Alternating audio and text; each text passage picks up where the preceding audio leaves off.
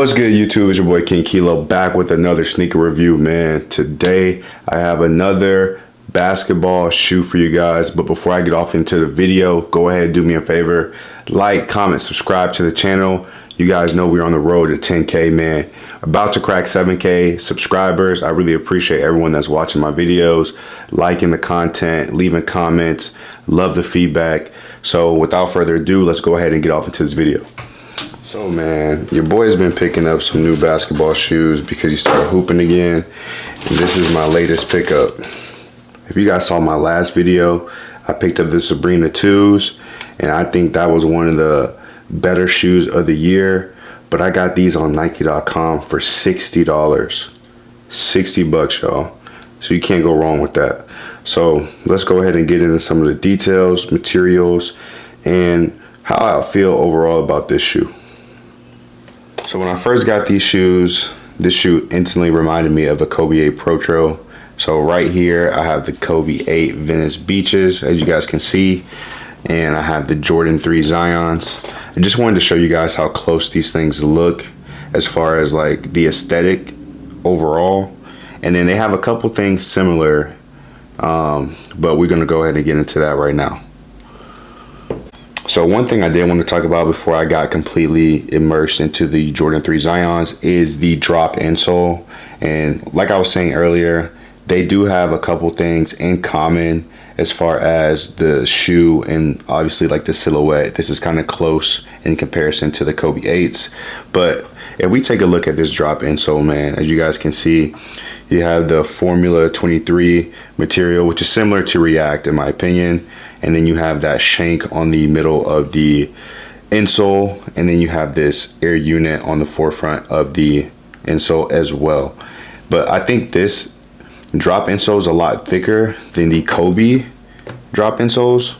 But as you guys can see, this is also a drop insole. And this has the React technology in it as well.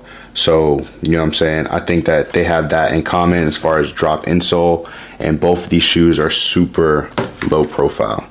So, super low profile shoe. Super low profile shoe. I think it gives it better containment as far as, you know, overall performance. But, you know what I'm saying? We're going to talk a little bit more about that with this shoe. And get rid of these. So, let's go. So let's get into the traction first. As you guys can see on the bottom of this shoe, you have this herringbone pattern with this like translucent outsole, as you guys can see. I believe that this is going to be really good for indoor courts. I don't know how this shoe would work on a dusty court because from my experience, and this is just me personally, I think that anything with like a translucent outsole, once it gets dusty, it doesn't stick to the court as well, and you're like prone to sliding back and forth on the court. That could be different with these shoes, but you know what I'm saying, as far as this herringbone pattern right here, I think on a you know, normal court, no dust or anything like that, you guys should be fine. It should be grippy. You should be able to cut and change directions like almost effortlessly with this tractional pattern. Now, if you guys did want to wear these outdoors, I don't know how these would fare, but you know what I'm saying, if you guys want the best like use for this shoe, I would suggest just using them indoors. You can obviously use them outdoors if you would like, but that's just, you know, my preference. I probably would just use these indoors. Getting into this insole, you have this rubber drop insole with the shank in the middle of the shoe and the air zoom unit on the forefront of the shoe. I think this provides for good support and impact protection as far as, you know, doing high impact movements, as far as jumping, cutting, running, etc. You know, Zion's like a big dude, so obviously in his signature shoes, he's gonna have something that supports him, you know, being super explosive as far as like cutting and jumping and stuff like that. So I think they did a good job with this drop insole, especially for the comfort side. So, you know, it's going to be impact absorbent.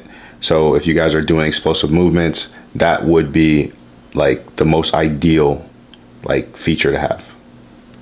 Now, looking overall on this shoe, as you guys can see, you have like this like paint splatter on the uppers, and then you have like this lightweight material on the shoe.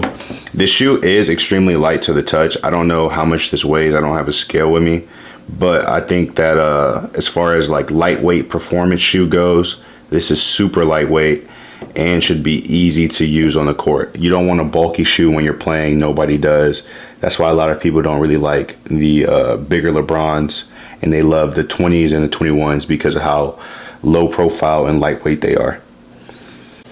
Now, if you're looking for a performance shoe with premium materials, this is probably not the shoe for you, but it does have good materials as far as a basketball performance shoe. And as you guys can see, this is something that you would actually want as far as a basketball shoe because of the breathability, and the style. At least this is a Kobe-like shoe, so if you want a cheaper version of a Kobe, this is something that you could probably go for in the Zion 3s. But as far as fit and overall comfort, I find it hard to like kind of recommend to my hoopers out there because it is super narrow on the front of the shoe and the middle of the shoe as well, which this provides great lockdown for the shoe. But as far as overall fit, it's supposed to be true to size, but it's a very tight, snug, true to size fit. So I'm gonna throw them on. These hurt my feet, bro. Honestly, like just keep it a buck. These hurt my feet when I put them on. So I probably would never even hoop on these. But you know what I'm saying? If you guys have narrow feet and this is something you can tolerate, you know what I'm saying? Like this is a great budget friendly shoe, especially like getting it for like 60 bucks or below. So I got these things on feet right now with the insole in, and these things hurt my feet, bro. So like, as like I was telling you guys earlier, this is for like the lockdown and everything like that. If I were to tighten these shoes, definitely feel the support.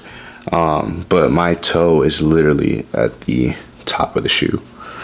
And like one other cool thing about this shoe, which I'll show you guys like more details later, is that these do like glow in the dark. So I think that's pretty cool. You guys can see that right there. They're like glowing a little bit.